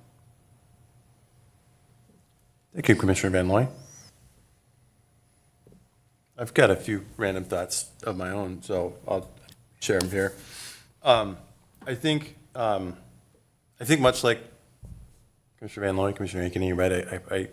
I come down kind of in an in-between spot here, right? So I live in actually a similar neighborhood, and we had a lot that was subdivided about 8 years ago. It was a whole neighborhood of houses that were built in the 50s, all ramblers. And the result was 2 larger homes that were basically looked like garages, right? When you look at them from the street, because they had to be so narrow, and everybody that wants any kind of house anymore wants 3-car garage, right? Whether that's just sort of the de facto standard. So, when I think about a 75-foot wide lot, right? I think, if you've got 75 feet of width on your lot, a 3-car garage is going to be somewhere between 35 and 40 feet of that in width, right? So that's half of the street frontage is a garage, unless you somehow get creative and go double deep or something like that, right? And of course, right, that's not really, I think, ours to choose, because we're really talking here about the land use. But when I think about, can you go to the previous one? When I think about point 5 here, on the creation of lots shall not adversely impact the scale pattern or character of the city, its neighborhoods, and I would specifically call that to be this neighborhood, right? If you put 4 houses next to each other, bing, bing, bing, and over 50% of the frontage of those houses is garages, I think that's an issue, right? Because that is very out of character with this neighborhood. I've driven through that neighborhood twice. I actually today, I went and walked the neighborhood, right, to get a different perspective. So neighbors, if you were there, if you saw a guy in a bright yellow jacket with a dog you didn't recognize, that was me. I brought my dog because I was like, we'll go check something new out. But you get a different view, I think, when you walk it versus drive it, right? What I was struck by was, number one, all the houses in this neighborhood have big front yards, which is kind of cool, right? There's a lot of grass between the street and the houses.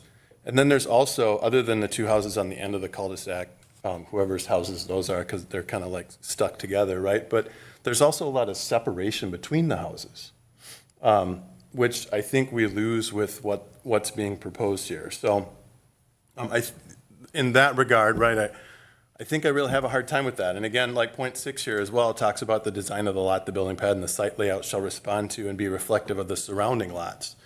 And I get hung up on that point, right, the surrounding lots, because I think 4 lots shoved next to each other, 75 feet with 3-car garages, really does not reflect what's around it, right? I think, I can't tell them what they want to do, but I think 3 lots feels like it'd be better fit than 4. 4 just feels like one too many, just from a width perspective, personally. But I think Commissioner Van Noy, you made a good point, right? Change is hard, right? I think we had a couple of neighbors in our neighborhood who were really resistive to any kind of change. The change wasn't bad in terms of we got a couple of really cool neighbors out of the deal with some newer housing stock, right? The house that was there had, I think they said there were 200 snakes in the basement of it when they tore it down. It kind of might be like the meth house that they tore down for that subdivision in 2013. There wasn't a meth house, right? But there were a lot of snakes. So we got a couple cool neighbors out of it. But I realize change is hard and change is difficult. But change also occurs, right? So I think that's kind of where I really get torn on this one. Go ahead. Oh, I was going to say, I agree. Commissioner Plan. Okay, yeah. I am sympathetic with the neighbors. I am, and the concern in our community's weirdness of this happening over and over again. But our job on the commission is to go back to these guiding, what we're supposed to kind of use as our guidance, and the resulting 4 lots, it requires no variances, no rezoning, it aligns with the comp plan, and the density guidance. And if they did it on the other lot, and they're very narrow lots and very large homes, so the precedent has been set. And I hear that you all like those 2 homes that are there, and you love the neighbors that moved in, and so change is hard. But based on what we're reviewing here, the stormwater management will be improved. The tree plan is generous and sensitive to the heritage plans and would be across all 4 lots. It's consistent with the most recent developments in the 2014 in the neighborhood. We're going from 3 families living on the lots to potentially 4. So I have that disconnect, as we all do, with what our guiding principles are and how we feel. That's where I am at the moment, so I'm not sure. Would love to hear the rest of the dialogue from the commissioners. Thank you, Commissioner Planton. And I agree, 3 would be better. And if you recall, we did have a situation down by the Landings Hotel where they were seeking 3, and we encouraged them to come back with 2, and it turned out beautiful. And I don't know if we could do that, here, but I think because they've applied, they would have to come back with a new application in this case. But yeah, I agree.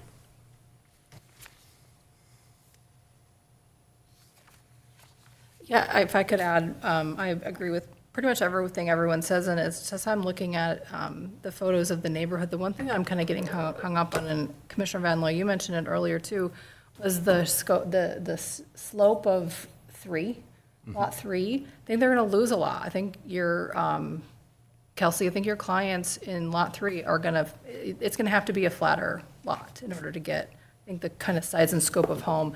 So that's one of the things that I'm getting hung up on is I think the neighborhood character would look a little different by having flat and having things the lots being so narrow. But at the same time, I'm also in a neighborhood that I have an 80-year-old home and I have behind me brand new homes. And they're a lot bigger than my little cracker box is. So it's changed, and it's changed in the neighborhood, and there's already been change on this street with some newer homes. And so I could go either way on this one. Okay. I think that one of the hardest things when you live in a developed neighborhood is what's going to go on during the building process if this goes through. And it's not that pleasant.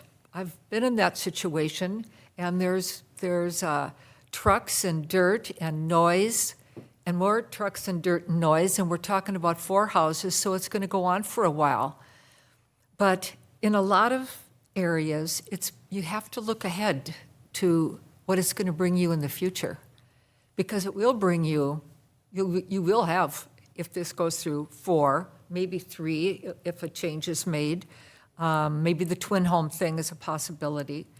But you will have, I believe, beautiful homes, and you'll have to live through a year or 2 of dirt. And that's the truth. You'll probably have to walk your kids down to the bus every morning.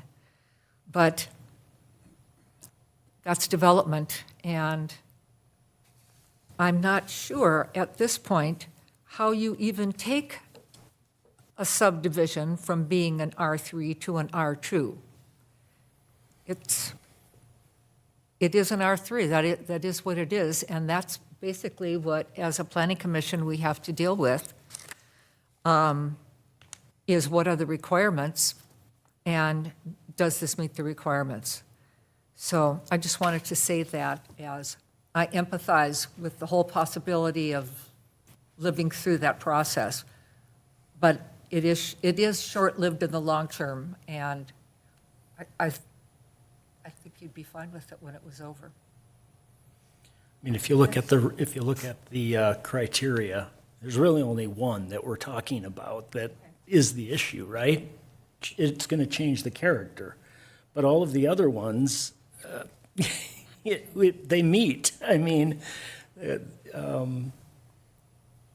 so to your point, Chris, you know, that's our guiding principles there. And yeah, the character's going to change. So is mine in my neighborhood. It's all old people, and they're going to go, and one of the houses has to be torn down when they leave, so who knows what's going to happen. I'll live through it, as I am right now. Chair, I have a question for staff. Yeah. Director Sharp, could you explain the garage setback right now is an R3A proposed? Chair, Commissioner Planton, so in R3A, Right. there are 2 setbacks that apply, essentially the house setback of 30 feet, and then garages must be set back 35 feet. Okay. So 5 feet in addition to the house setback. Okay. R3 does not have that Does current not have requirement. that. Okay, thanks for that clarification. Can we make that a condition of approving this if we? And R3 front setback is 20 feet, according to your presentation, correct? Apologies, sorry. Let me look back at that. Yes, Page- sorry, Yeah, 20 feet. correct. So basically the front of the house, front of the garage, 20 feet off the. 20 feet Right away. would be the requirement. Sorry, I was stating it for R3A of 30 Yep. and 30. No, for sure. Apologies, because that's where that is. For this zone, it'd be 20 feet. If code were amended, a similar ordinance would be that it would be at 5 foot, but that ordinance has not yet been even proposed. It is not in place. And could we make that a requirement if we were to approve this going forward? Could we make, To that, I'll defer to the city attorney as I see him eagerly seeking to provide his input. Well, Chair, I don't know how eager I am, but I will address that question. I also want to, before I do that, just maybe if it's helpful for the commission to how you think about these 12 criteria, because, you know, we spend a lot of time really focusing on the standards and criteria when we review applications. And sometimes when that criteria is you must meet A, B, C, and D, or you don't get it. This criteria is a little bit different than that. Your charge is really to look at possible adverse effects of the subdivision. And your judgment is based on these factors. It's not even limited to these factors, it's based. So this isn't a test where every single one of these must be met. It's more, we look at this, certainly does it meet all of the zoning standards? But, so it's a little bit more nuanced when you look at that. I just wanted to make that point. On conditions and whether we can impose conditions on the applicant, the code does allow for that as long as those are appropriate and go towards protecting the health, safety, welfare, it says comfort of and convenience of the city. I think basically the conditions need to be reasonable.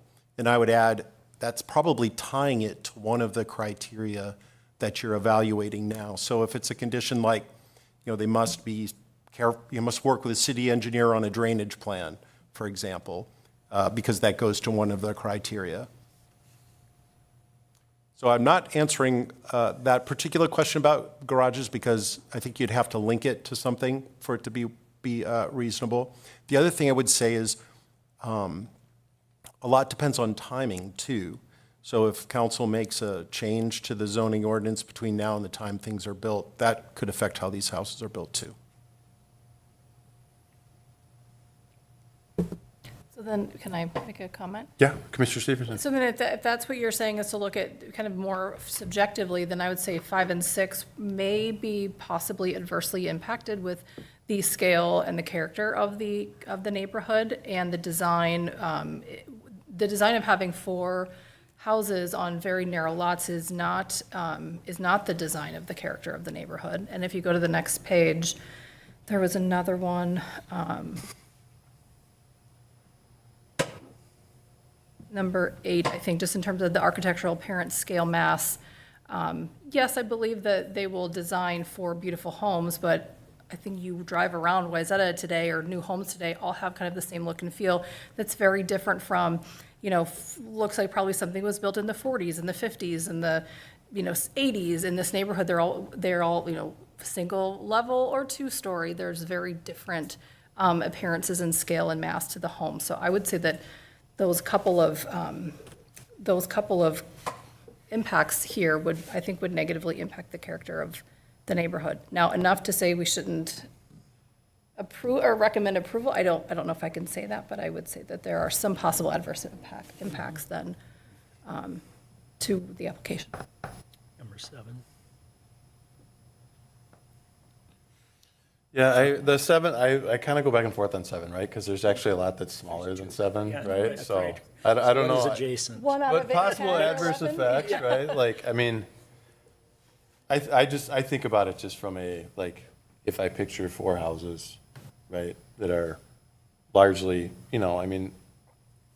nobody builds small houses in Wayzata anymore, right? So you got to assume that it's going to be a fairly large house that's going to have a 3-car garage, right? So it's going to span most of that 75-foot width, which is, and they're not, obviously, clearly, they're not proposing anything in here, right? Like this, what we're talking about is actually just the subdivision of the land itself, right? But, by inference, if you will, it's going to be a larger, wider house, which is, and I think that's where I was getting caught up in the character of it all, right? Like, it doesn't fit in with the other houses that are in there, where there's separation between them.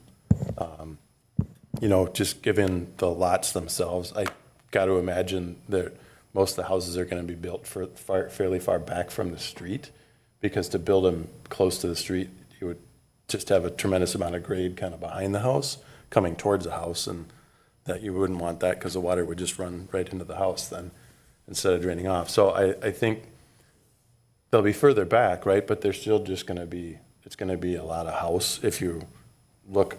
We're looking at staying in the street, looking at these 4 houses. It's just, and that's not in character with the neighborhood. So I think that's my hang up, right? I think that's where I kind of come down on this. Why I said, I think, personally, it would feel better with 3, and obviously that's not what's being proposed, but I oppose 4. There, I said it. Again, anybody could come in and buy one of these single-family homes, tear it down, and if they're not asking for any variances or anything, they can build it without input from the neighbors. So it could happen regardless in terms of changing the character. Sometimes we just... Yeah, for sure. I can't mean, protect if you're building a compliant house that doesn't need any kind of variances, it's a must issue, right? Like,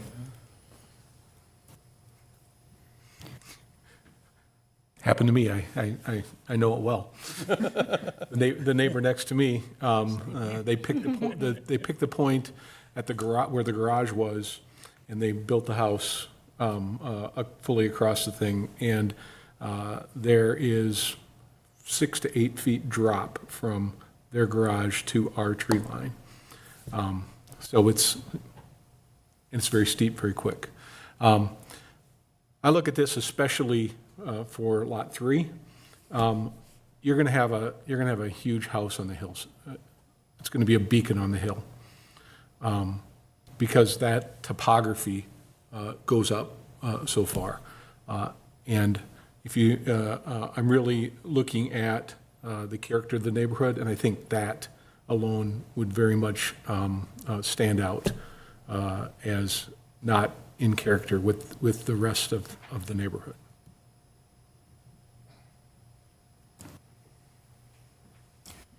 Did I read somewhere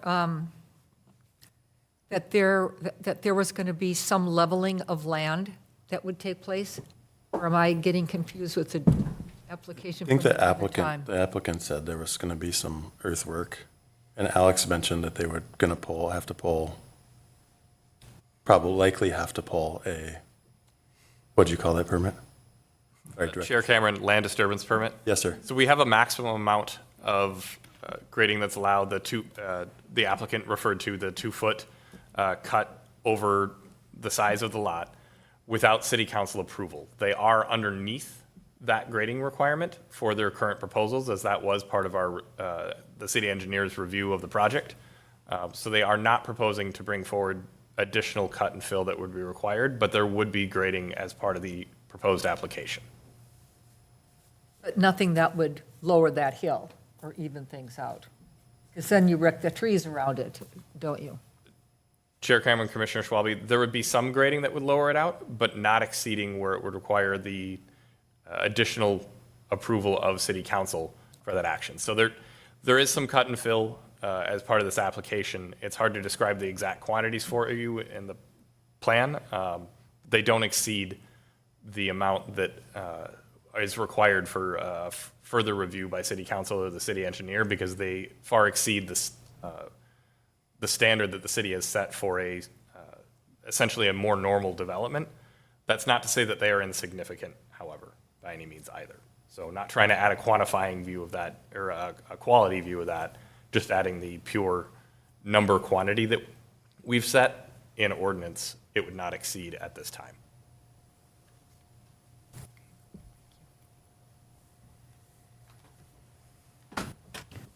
I have another question. Can we look at the land guidance slide?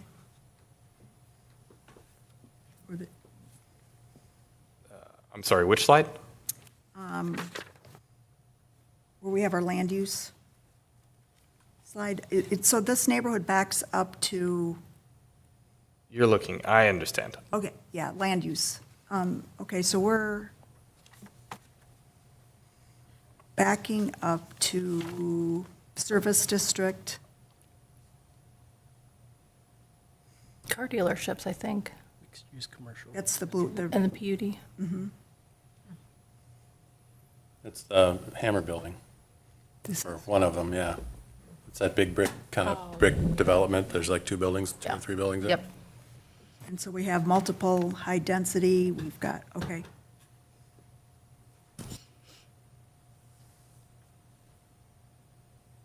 So service district, PUD, high density, low density, and then RC 3. Okay. R3, I'm sorry.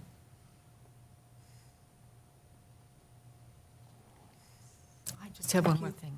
I just want to add that I think it's commendable when a neighborhood comes together, when they have similar concerns and they go out to support each other. Regardless how this whole thing goes, I think you're really good neighbors to each other. Just wanted to say that.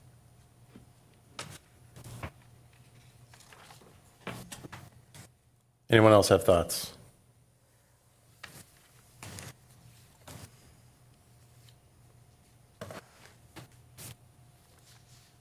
Are you looking for a motion? No, well, somebody, we need to make one, right? So We I do was, need to I was, I make was one. actually, I don't, we're either gonna recommend approval or denial of the application.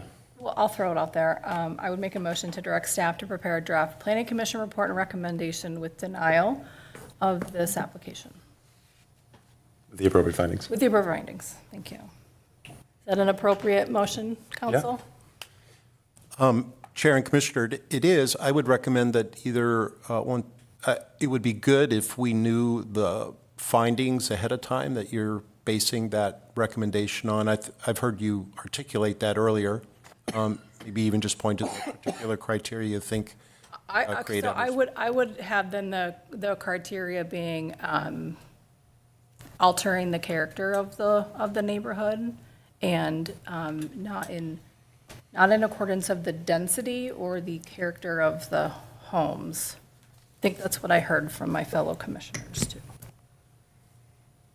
Anyone else want to add? I'll add that specifically, if you look back to the list, I think 5, 6, and 7 are explicitly problematic with the way in which this is laid out. So Chair, you'd need to have that motion amended to, So amend the motion to include the scale, pattern, density, scale, pattern, character of the neighborhood, negative impacts on the scale, pattern, character of the neighborhood, the density of the neighborhood. Did I get all that? Anything else? the motion's made by Severson. so- Sorry, you have to amend I that. will amend them, I will amend Sorry, my my bad. motion Thank you. with 5, 6, and 7. Yeah, okay, thanks. Yeah, Thank you. team effort. Second. Further discussion. That was my second, by the way. Nice. You seconded it? I seconded it, Okay. because I can do that. Yes, you can. Jerry, you might want to do a roll call. I think we've had some, Yeah, I was holding off for, anyone have further discussion on it? All right. Then yes, per Director, City Attorney Shelzel, the recommendation, we'll do a roll call. Director Sharp. Commissioner Ankeny. I approve the findings, so I disagree with that finding. Commissioner, then that would be a nay. Nay, You wouldn't be sorry. for that much, yes. Commissioner Planton. Nay. Commissioner Schwalbe. Nay. Commissioner, sorry, I was going to say Chair. Commissioner Severson. Aye. Commissioner Elg. Nay. Commissioner Van Looy. Aye. Chair Cameron. Aye. So the nays have it, So then we have to do a new motion, right? Yeah. and the motion is not approved. Oh, okay, sorry. So we need a new motion. Would anybody like to make a new motion, even if it's the same motion? Because you voted wrong. Wouldn't have changed it. Okay. New motion. Well, then it would have been 4. So then by inference, then the motion that needs to be made is a motion to approve. Recommendation to approve. Right. I'm sorry, what did Commissioner Elk say? He voted wrong? I did. I should change my vote. That's not what I meant to say. You wanted to vote aye I meant to to the say nay? aye, sorry. Well, Chair, procedurally, I think you can ask for that same motion again if you'd like. Okay. And we can take another vote on it. And to be clear, maybe please restate the motion in its entirety, and so folks know if they get behind that motion or they're going to vote against that. Yep. Do you want me to redo it? Okay, I will do it. Okay, I would make a motion to direct staff to prepare a draft planning commission report and recommendation of denial with appropriate findings of items 5, 6, and 7 regarding the character and the size of the new homes and the new plats. Second. Further discussion.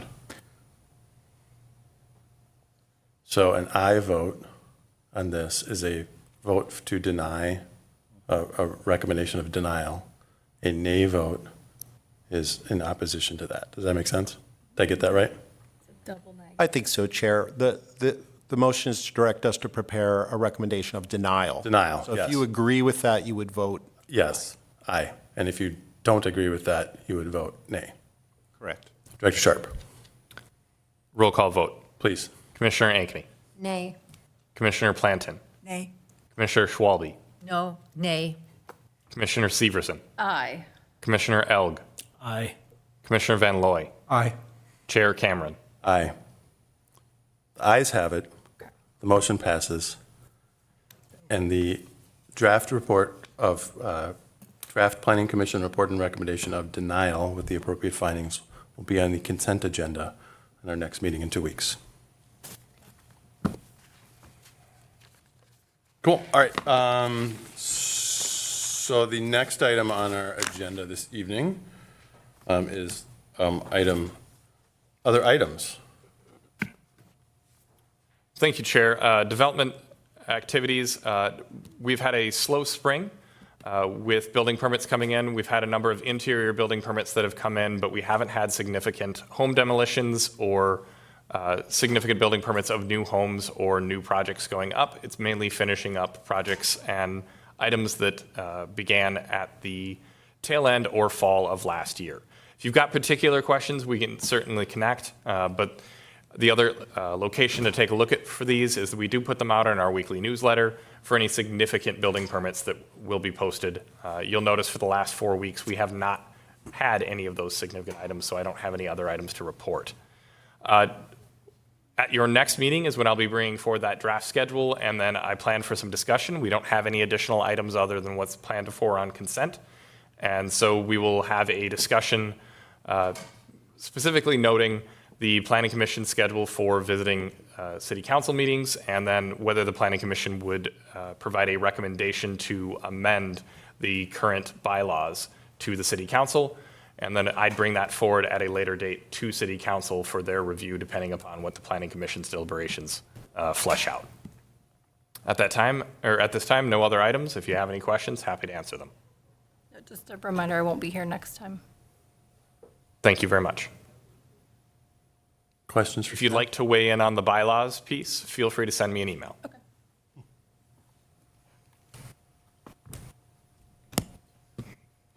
All right.